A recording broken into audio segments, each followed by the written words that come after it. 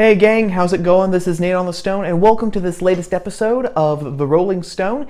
If you've been around before, you kind of know the rules, and if you're new here, welcome aboard the Stone. We're glad to have you. These are the videos where I give my initial thoughts and impressions about stories that are currently in the news. There are very few cuts in these videos, very few clips from other media. This is more of just a stream of consciousness. So, with all that said and out of the way, let's get started. The first story comes from Newsweek magazine. This is a story that was published about, a couple of days ago. And I have to tell you, gang, this article from Newsweek, I haven't been so insulted after reading something for a very long time. And it didn't insult my intelligence. It didn't insult me in the sense of someone was writing about something and didn't know what it was they were writing about because they got their subject matter completely wrong. It insulted me much more on a fundamental level, just as a human being. The author of this particular piece is a guy named Fred Karger. And if you don't know who Fred Karger is, don't feel bad, because I actually had to do a Google search to remind myself who he was. He is a former actor, but he is most well known for being a political consultant. He was a senior consultant to several high-profile presidential campaigns for Gerald Ford, Ronald Reagan, George H.W. Bush. And in 2012, he actually was a presidential candidate on the Republican side. And his claim to fame, the reason why he is going to be a footnote in history books, according to some people, is because when he ran for president in 2012, he was the first openly gay man to run for president, at least in a major party. So, with that backstory out of the way, what was this piece that he wrote that so insulted me? Well, it was a piece about Pete Buttigieg, who is the former mayor of South Bend, Indiana, who is now one of the 20 or so Democratic candidates running for president. And Fred Karger says that Pete Buttigieg is totally electable to the White House. And he makes sort of, in the beginning of the piece, he makes some generic reasons why this is so. The most prominent one being that Pete Buttigieg is just, obviously the most intelligent man of the entire cast of candidates running. Okay, he is the most intelligent candidate running for president. But aside from that just general statement, he doesn't really go into a lot of details. And I can't blame Karger for that, because Buttigieg himself really hasn't hammered out a lot of policy ideas, plans, or proposals. He has some generic statements and generic ideas that his campaign website released this past week, but nothing really specific. We know where he stands on a lot of issues, but again, when it comes to policies, proposals, or ideas, very, very sketchy and very ambiguous as of this recording. So, okay, can't blame Karger for that. You can't make bricks without straw. But then, the main reason that Karger says Pete Buttigieg not only is electable to be president, but should be elected to president. Keep that word in mind, should be elected to president. The reason, the fundamental rock bottom, bedrock reason why Pete Buttigieg should be elected president is because he's gay. Seriously. That is Fred Karger's main reason why Pete Buttigieg should be elected president. And if you don't believe me, I'm going to read you a quote from the piece that comes close to the end. And again, if you want to read the whole piece in its totality, you can go to Newsweek's website and read the whole thing for yourself.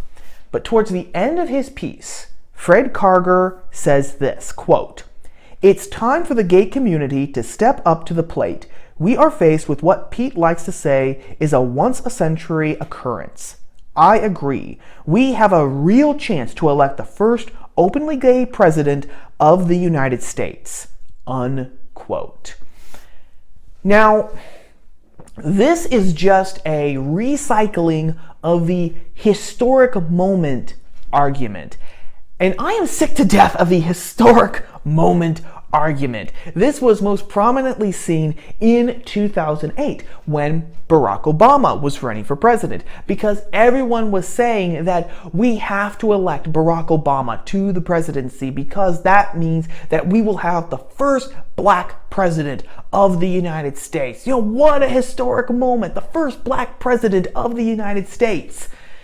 And honestly, a normal person's reaction to that should be, so what? I don't care if Barack Obama is black, white, brown, red, green, purple, plaid. Who cares? I want to know what his ideas are. I want to know what his governing philosophy will be. I want to know, what his foreign policy is going to be like. What is he going to be like on free speech, on religious liberty, on jobs, on the economy, on our enemies, on Russia, on China, and on Iran. What about all these things? Him being black doesn't affect me one iota. Okay? It's his ideas and his policies that are going to affect me, my family, my friends, my community, my state, and my country. And here we have the exact same thing. Okay? Who cares that Pete Buttigieg, doesn't really have, policy ideas or proposals, right? We have to elect him because he could be the first openly gay president of the United States. Now, that, to my mind, is an incredibly, incredibly shallow reason to give any man your vote, or really to hold up anybody as some sort of an example, okay? We are so far removed. This is the complete opposite of what Martin Luther King Jr. expressed in his I Have a Dream speech, when he said, I have a dream where one day people are going to be judged by the content of their characters. Okay? That was the same vision of Abraham Lincoln. That was the same vision of the Founding Fathers. It doesn't matter what your family name is. It doesn't matter what your level of wealth is. It doesn't matter what part of the country you come from. What matters is your character and what you forge yourself into. That's what matters, that's what counts, and that's what we look at.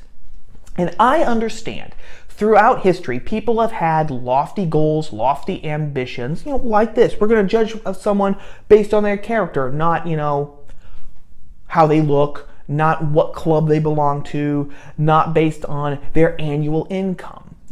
I understand. We have these ideas, and then what do? He looks a little funny. I don't trust that guy. Oh, this guy is rich. He must be really successful. You know what? I'm going to go with this guy. Or, wow, look at that guy. He's an actor. Look at how many Oscar nominations he's had. I'm going to listen to what he says about foreign policy. I understand. People fall short of principles. We all do because we're human. But what we're seeing here is not just falling short of the principles, which is natural, normal, and we pick ourselves up and continue moving forward, getting ourselves closer to those principles and to those goals. What we're seeing now is the complete 180-degree turn from those principles. Now, who cares what your character is? Who cares what your ideas are? If you can say, if you can check off one box, I'm black, I'm a woman, I'm gay, I'm a transgender, I'm ecosexual or whatever. If you can check just one of those boxes, all of a sudden, that is how you are judged, right? And human beings are much more complex than that. We cannot be reduced to just one little box, and based on that one little box, either accepted with open arms or expelled to the outer darkness of society. We can't do that if we want to be honest, if we want to be fair, if we want to be just. And I can't speak for Pete Buttigieg. I honestly can't. But if I were Pete Buttigieg, I would be extremely insulted by this piece, insinuating that the only reason why I have a chance of being elected president. The only reason why I should be elected president is because I like guys instead of girls. Of all the reasons why someone would argue that I should be president, that's the one you pick? Again, I can't speak for him, but I would find that incredibly shallow. Heck, I'm not him, and I still find that reasoning just completely shallow and not even worth the time of day if we want a serious conversation. But those are my thoughts on that. Moving right along to our next story, it's about Pete Buttigieg again. He's getting to be an awful popular fellow around here, just like he is in the national polls. But this story, unlike our first story, it's not what someone wrote about Pete Buttigieg, it's what Pete Buttigieg said himself. So last week, Pete Buttigieg made national news again when he said that the annual Jefferson-Jackson dinners should be renamed. Now, in case anyone doesn't quite know what those are, the Jefferson-Jackson dinners are named after Thomas Jefferson, Andrew Jackson. They are annual fundraising dinners for the Democrat Party, specifically to raise money for state and local parties. They have been around for decades, and they're named after Thomas Jefferson and Andrew Jackson because Jefferson and Jackson are seen as two of the most prominent, popular Democrats in United States history, and plus they are seen as being sort of the founding fathers, okay, of the modern Democratic Party. Or actually, if Thomas Jefferson is more like the grandfather of the modern Democratic Party, and Andrew Jackson is the father of the modern Democratic Party. Okay, Pete Buttigieg said on Hugh Hewitt's radio show that they should be renamed. Why? Well, we already know why he thinks Andrew Jackson's name should be stricken off of those dinners, because Andrew Jackson had the whole Trail of Tears thing with the Cherokee Indians. Even though the Supreme Court said you can't move them off of their land, he did it anyway. Bad move, Mr. Jackson. Bad move. I can understand why people would think, yeah, maybe your name shouldn't be on here.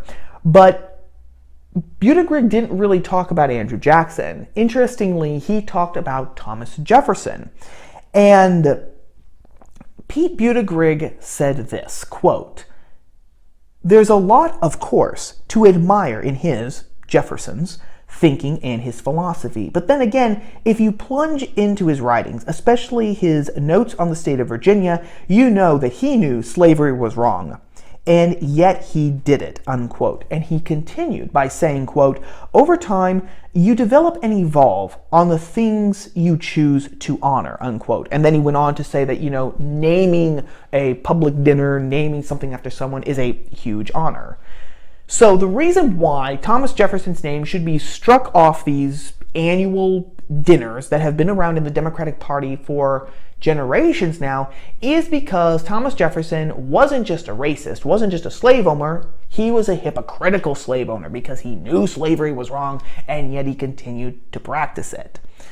Which, okay, you know what? I think that we can have a very honest and fair discussion about Jefferson's hypocrisy, because there is that hypocritical thinking in his writings, or maybe we would say that conflict of interests in his writings. And a lot of historians have spilled a lot of ink about that.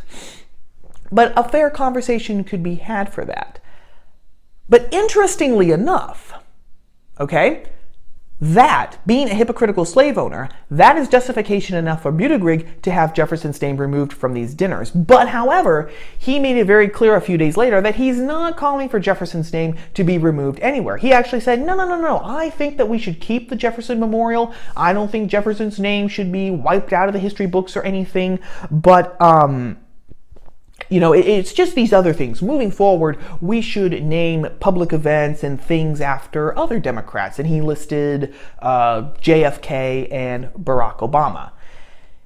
Now, a couple of things here. In the first place, if Thomas Jefferson's name has to be scrubbed out of the Jefferson-Jackson dinners because he was a hypocritical slave owner, and that's just not cool in 21st century America. So uncool that even if you died over 200 years ago, you're going to get the damnatio memoria.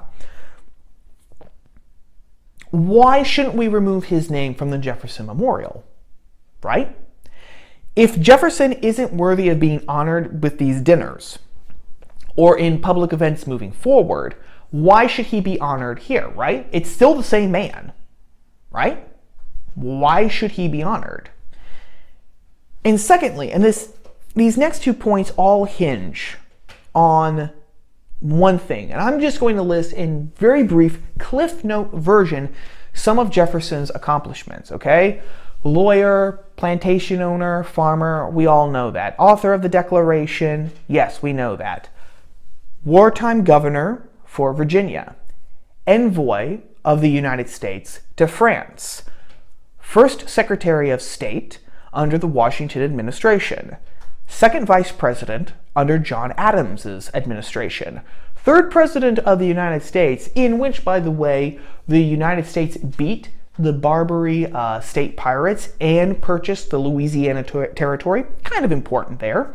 Founder of the University of Virginia, which still exists to this day, and which Jefferson created for the expansion and the promulgation of knowledge to everyone who could go there. And also the author of Virginia's Statute of Religious Liberty, which was one of the founding pillars for the idea of religious liberty, which is one of the bedrock beliefs of our American Republic. So, just Cliff Note versions of some of Jefferson's accomplishments. So the first point based on that, who today could replace Jefferson who has even come close to those achievements? Certainly not John F. Kennedy, certainly not Barack Obama. Who is going to actually, match Jefferson in what we might say blow for blow in achievements, in his ideas, in his philosophy? I don't think that there are very many people. Second of all, this is what happens, again, when a culture becomes so historically ignorant that you reduce someone to one thing again, okay? For modern people, for modern society, it doesn't matter that Thomas Jefferson was the third president of the United States, that he was a pivotal part in the Second Continental Congress, that he was the author of the Declaration of Independence, that he was a champion of religious liberty, that he wanted the expansion of education and wisdom for all Americans with the University of Virginia. None of that matters. Thomas Jefferson can be reduced only to slave owner. That's it. That is his legacy in a nutshell. And because slavery is wrong, we all agree on that, he has to be banished. We cannot honor Thomas Jefferson, right? We can kind of play, middleman and say, oh yes, his ideas, his philosophy, very important, and we don't want to get rid of the Jefferson Memorial, but, we can't name anything new after Thomas Jefferson. Statues of him, those are problematic. These other things, yeah, we really don't want to honor him publicly, except for a few things so we can say, oh yes, we don't have a prejudice against Thomas Jefferson. We're not trying to eradicate anything, change history or anything. We just want everyone to feel safe and secure. So there's that, okay? Again, you can't reduce someone, especially someone who lived 200 years ago, to our ideas and our culture today. Have you ever heard of the phrase, the past is a foreign country? Yeah, there's a reason why people, and especially historians, say that. It's because so much of the past was so radically different from today that people back then did think differently. They lived in a different time, in a different culture. That's not to say that, we can just, say, everything is relative. So if they thought that slavery was okay back then, it was okay. No, slavery is wrong. Period. Stop. End of discussion. What we're saying is that you can't reduce someone just to one thing. A man of Jefferson's talents, his genius, his abilities can't just be reduced down to slave owner unless you want to do a great historical injustice to the man. And also, if you don't want to cut off the branch that you're trying to sit on, because if it had been for Thomas Jefferson and putting those principles in the Declaration of Independence, the general principles that everyone during the founding generation believed in, as Jefferson himself said, would we have had the 13th, 14th, and 15th Amendment that abolished slavery in the United States? Would we have had the Civil Rights Movement? I mean, both of those things referenced the Declaration of Independence. They referenced the founding philosophy. So by banning Thomas Jefferson, and thereby kind of discreetly, we're not going to talk about his ideas. As important as his ideas and his philosophy are, he doesn't deserve to be honored, and we're not really going to talk about him. Are we really, really, really strengthening our society, getting rid of those ideas and the people who believe them because of some of their sins? Or are we just setting ourselves up to be weaker and to be exploited by people who, are going to fill in that vacuum? So there's that story. And our third and last story actually comes to us from Sweden, because we are getting a little international with this episode. It comes to us from RT.com. That's where I originally read it. And it itself bases itself from local Swedish news sources. So, get this, gang. The Swedish government is contemplating banning runes. Okay, not historical ruins, but runes, the ancient script of the Norsemen, the Vikings. And with that, they are also thinking about banning Norse symbols and emblems like Mjolnir, Thor's hammer, which Chris Hemsworth has swung around in however many Marvel movies that he's been in. And the reason why the Swedish government is contemplating this is because they say that the runes and the Viking symbols have been appropriated, or could possibly be appropriated, by neo-Nazi groups and white supremacist groups.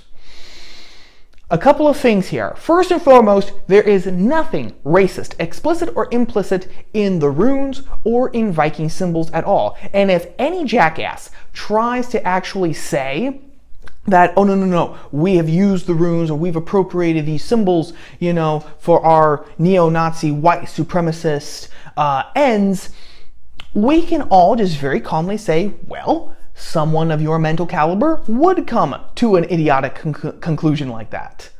And then we can proceed to laugh them out of the room. Because if someone actually says something like that, then they have just demonstrated that they have absolutely no historical or cultural knowledge. It is at a big fat zero. In fact, it would actually have to improve in order to get to zero, okay? To actually get to a positive number instead of in the low negative numbers where they currently reside. And everything that they do and everything they say does not have to be taken seriously, should not be taken seriously by anyone with half a grain of common sense or just, general knowledge in general. That's the first thing.